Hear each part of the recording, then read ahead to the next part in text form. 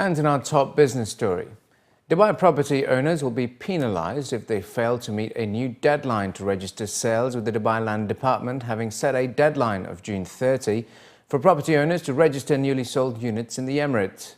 According to local reports, developers have started to send a notice to all new unit owners asking them to comply with the rules before June 1, stating that as mandated by DLD, all sold units are required to be registered before 30th of June 2015, and failure to comply will attract action and penalties.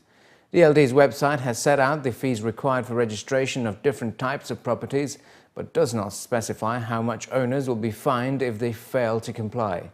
Off-plan projects have to pay a registration fee of 4% of the property price, up from 2% before October 2013 at the time of booking, or within 30 days from purchase, depending on the developer.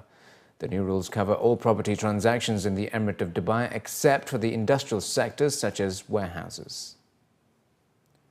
Arabtec has confirmed that it is in talks with international and local banks in an attempt to finance the first phase of a $40 billion project to build 1 million homes in Egypt. The UAE's largest listed construction company stated that it was in discussions with lenders to finance construction of 100,000 low-cost homes in the cities of Abur and Badr to the east of Cairo.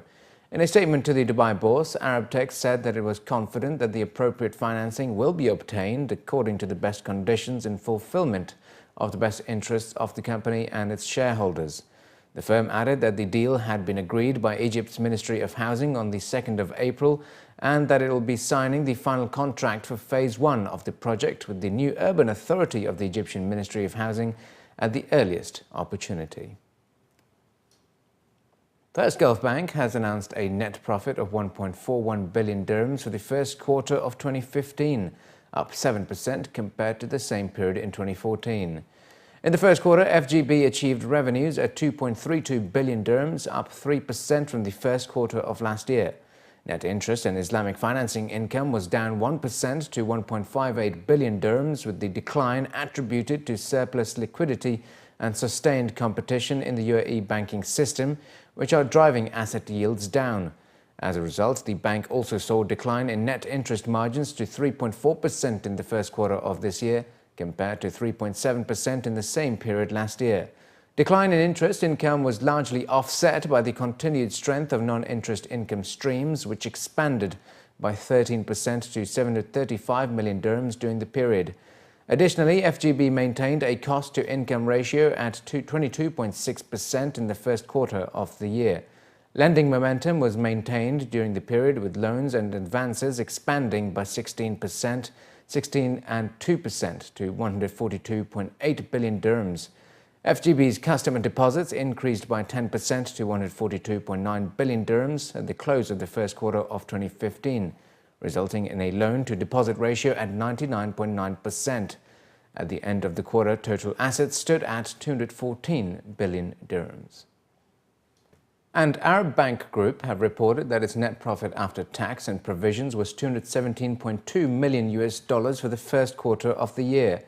The result is a slight increase compared to the previous year, which registered net profits of $216.3 million.